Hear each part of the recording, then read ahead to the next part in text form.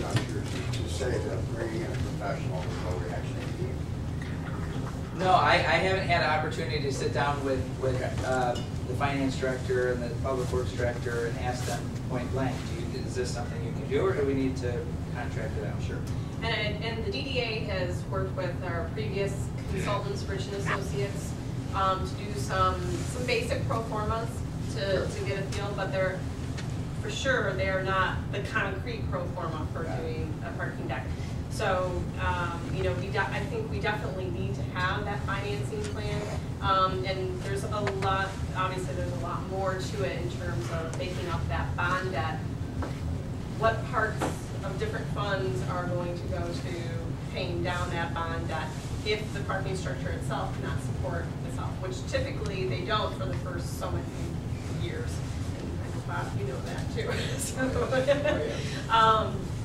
But I think ultimately we do want to make the auto parking system self-sufficient. I mean, that is one of the DDA's goals, and even though it's not our fund to operate that fund, that would be one thing that we would really want to see happening. So, and the DDA, I think, will be, you know, willing to take whatever actions we need to in order to get the financing plan together in our involvement.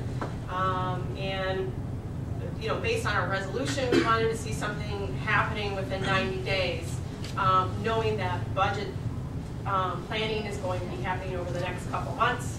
Okay, that's within 90 days, so hopefully we can get that in place, and obviously an RFP would have to go out for consultants based on what we really want, so you have to have a little bit of time for developing that. So, yeah.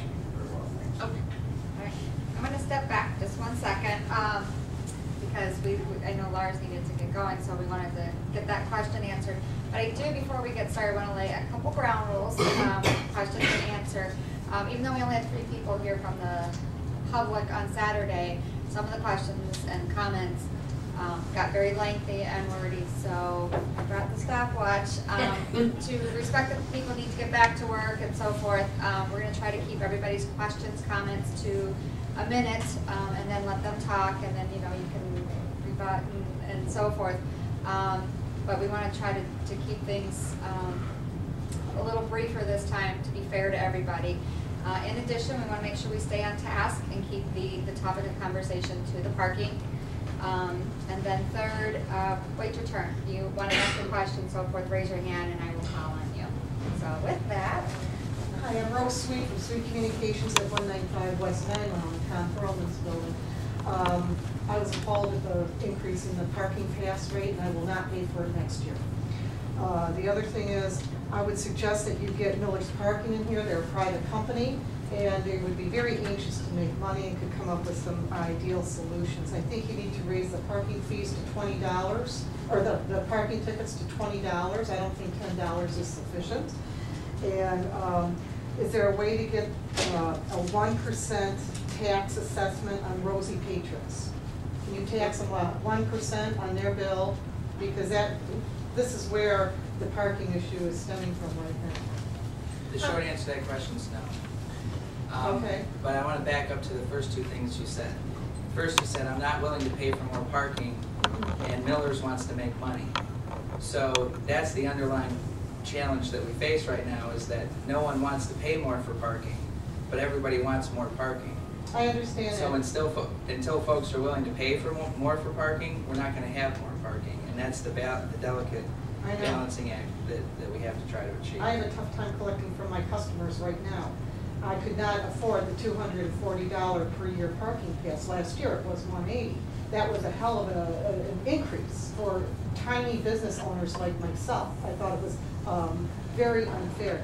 The other thing is, can you get I was very upset when the median parking was removed from Ferndale. I thought that was the best solution for everything. I would hope that there would be a way to return that. Can I answer that? And can you not commingle the parking funds? Please go ahead. Yes. MDOT is so unreasonable about the median of their state trunk line that they don't even want a concrete wall in the median. That's unfortunate. They want it made out of high-density foam. So I'm not willing to waste a moment of my time beating my head against the MDOT wall to return parking to the meetings, because it will be a time that I cannot spend pursuing solutions that may actually work. And then as far, I'm working very hard this week on preparing my budget recommendations. I haven't shared any of them with anyone outside a very small handful of people that I consider my brain trust, except I have told the people who have attended the parking forums this. My budget recommendations will absolutely include returning ticket revenue to the auto parking fund where it belongs.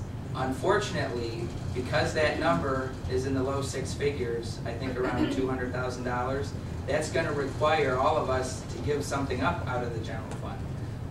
For example, 2 cops. For example, 2 firefighters. So that is not without consequences to city services. So it's a tough decision that council's going to have to wrestle with. But I am absolutely going to put that on the table and say, here, council, you need to deal with this issue. I'd like to address that because the last time you said that, all that got posted to the Save Our Ferndale police, that the DDA was stealing $100,000 from the police officers. And I would like to address that. After that was posted, I did a lot of research. This is my fun weekend. I read the budgets for Ferndale. And from what I understand, approximately the average is 35% of Ferndale's general fund goes towards the police. So if you look at that $200,000, and if it went into the auto parking fund, 15% of the auto parking fund. Close.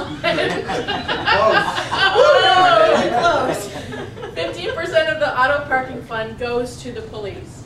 So it's not a whole $200,000 that would be taken from the police or the firefighters. It would be a percentage of that, but yet that a part of that percentage would go right back to them. So we're only looking at a 10% difference for the police and the fire. So I would just like to point that out, because that's kind of a tough statement that really lit a fire under several people's feet. Yeah, well, but it's still true.